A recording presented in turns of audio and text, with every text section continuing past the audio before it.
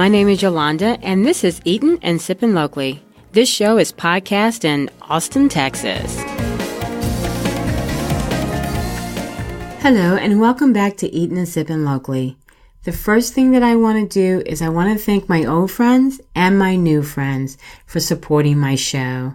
I launched my show June 23rd on Apple iTunes, and when I saw my show up on the air, man, what a feeling. It felt awesome because this was a dream I had for a while that finally turned into a reality.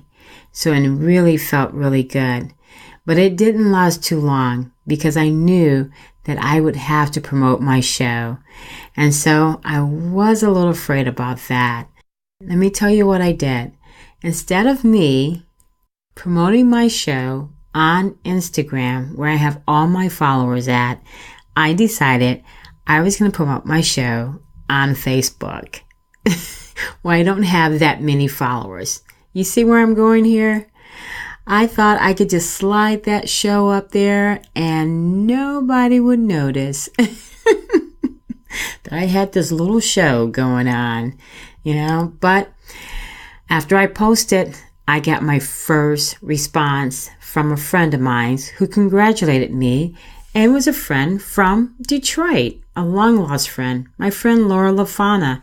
We were roommates back in Detroit, and we spent a lot of good days and good nights eating and sipping in that city. We used to have a lot of fun. Well, eventually, we both moved south. She lives in Miami, and I'm here in Texas. So it was really great for my first congratulations from somebody from the past. And then after that, they just started rolling in and I started getting really good response and people congratulated me about the show. And so it made me feel really good. So good that I decided to do a small video and place it on Instagram. I was still a little nervous about that because a lot of my foodie friends do not listen to podcast shows. So I didn't know what that response was going to be.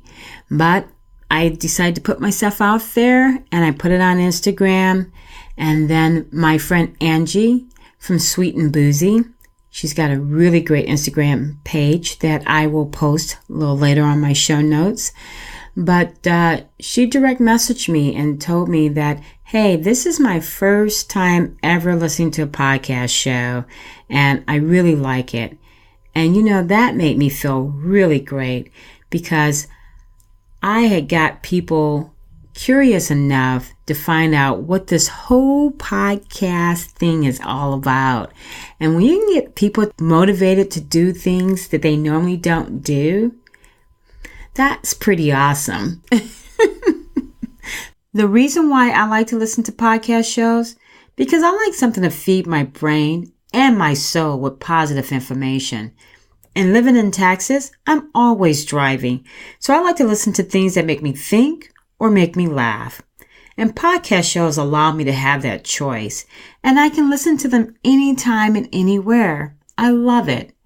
A lot of people think, though, that all podcast shows is this big production like NPR would be. But I don't have a big production. I don't have a huge crew.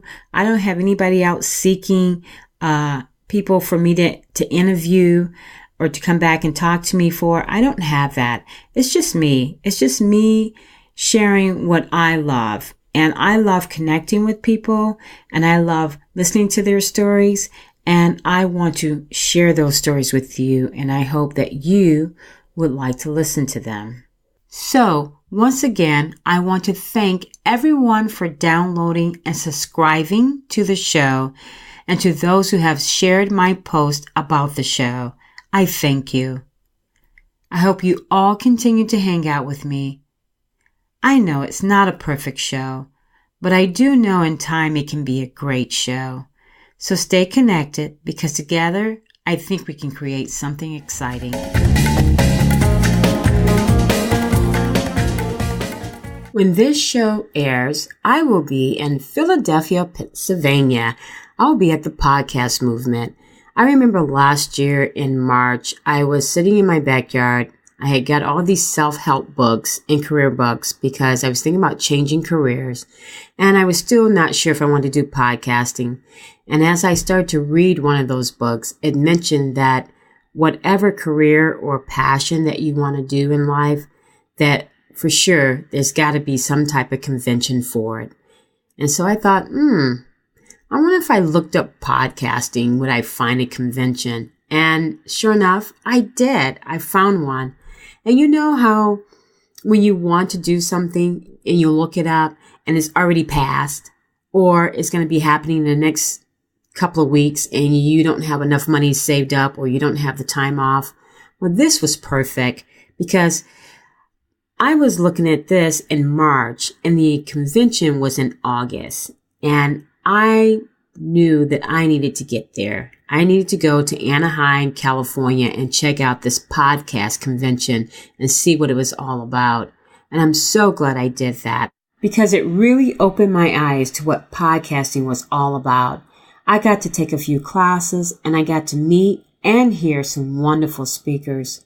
One of the speakers at the end of the convention said, now that you all gain this knowledge of what podcasting is, when you get back to your hometown, you need to find a good support group that will help you continue on your journey.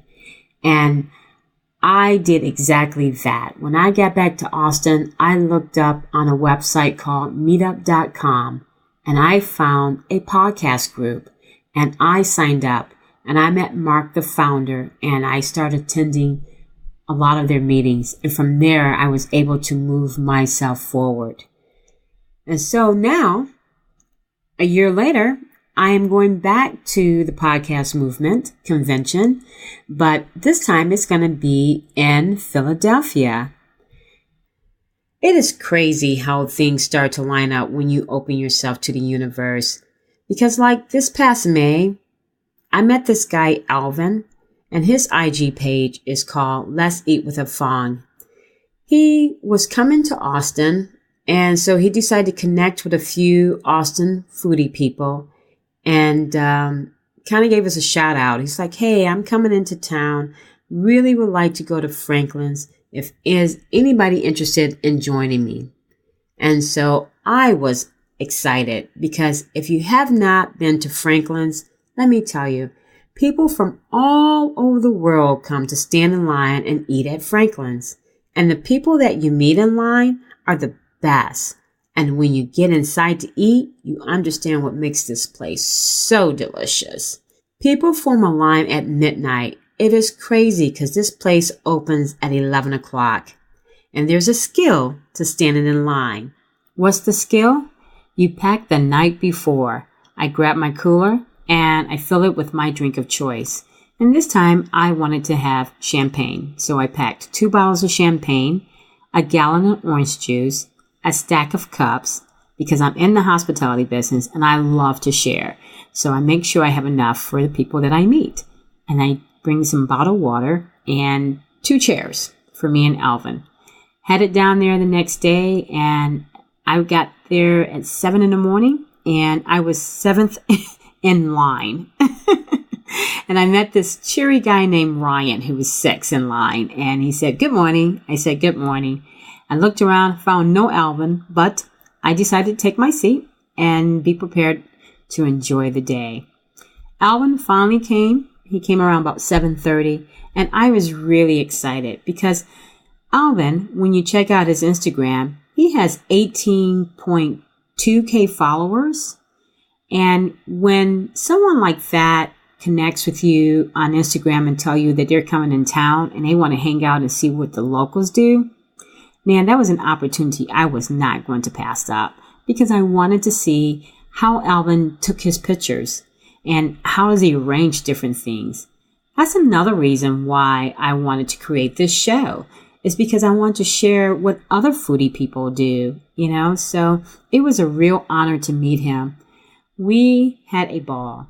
While we waited, we met the people, and back of us, they were from Canada.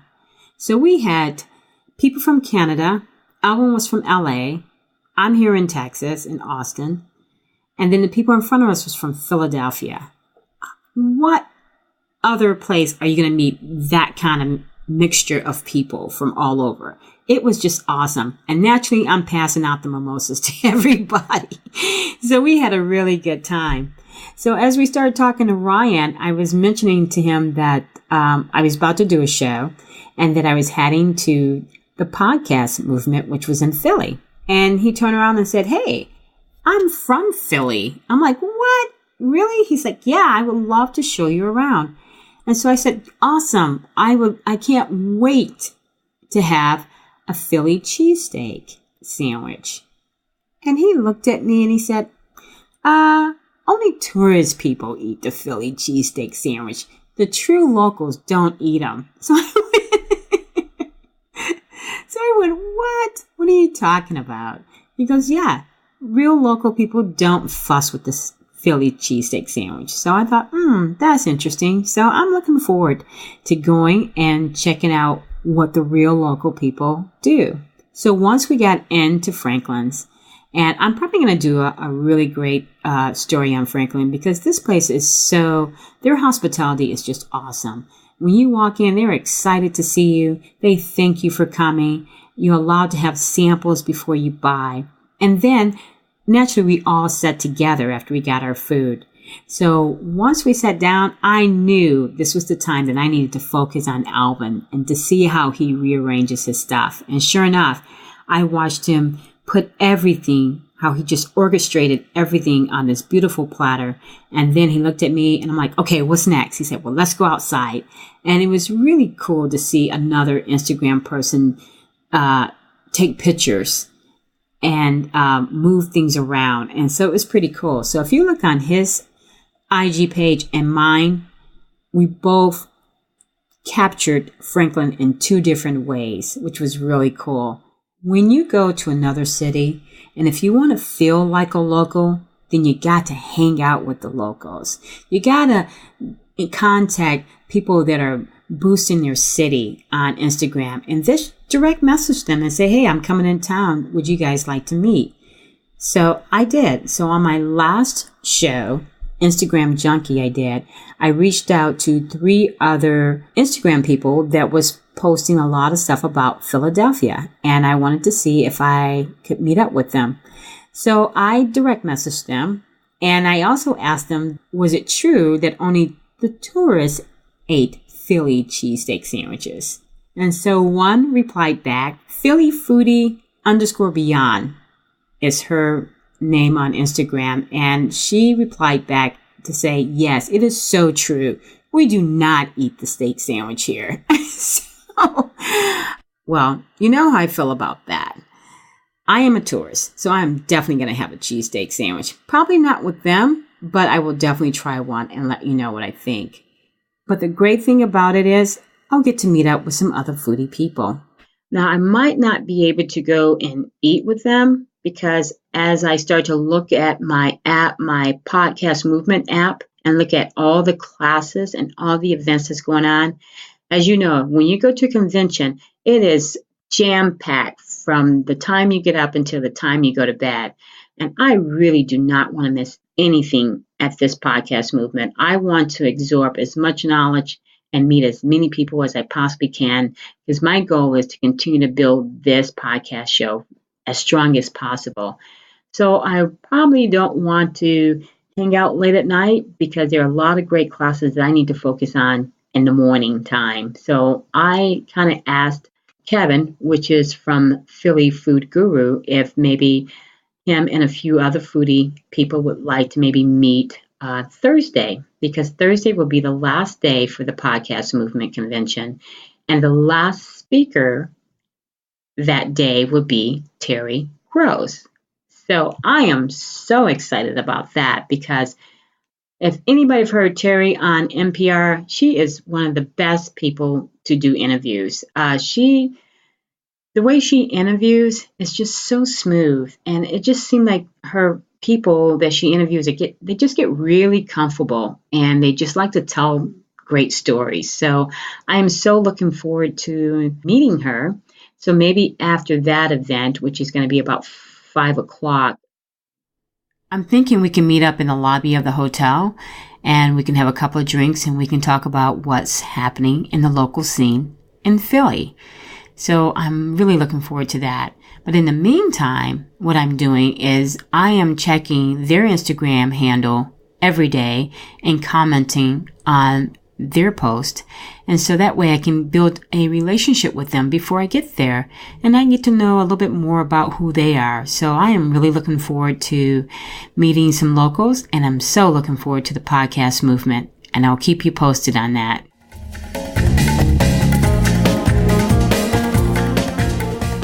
Before I end this show, I want to tell you about an app that I like to use to make my pictures look really good on Instagram and Facebook.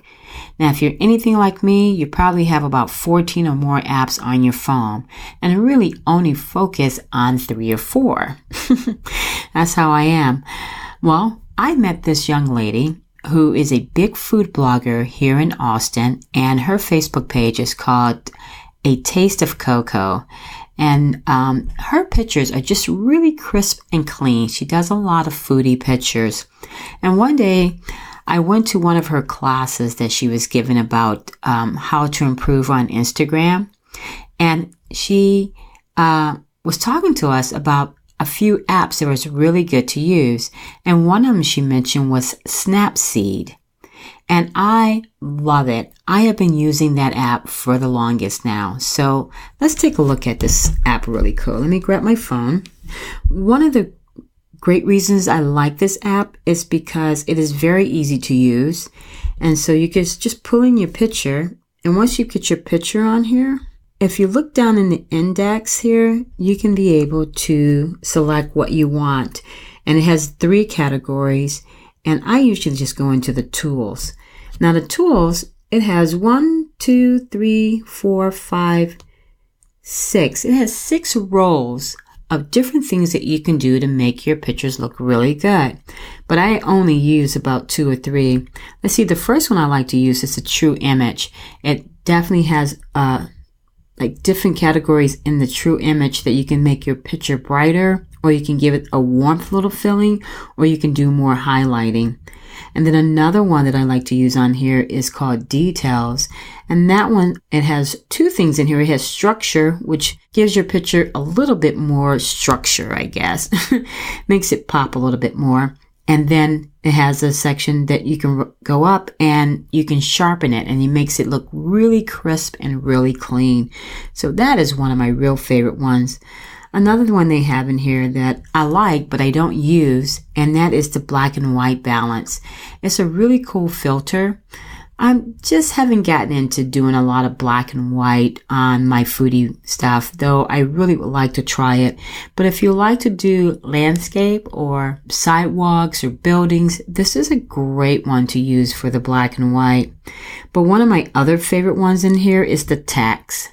They have quite a different fonts that you can use to make your text look really cool.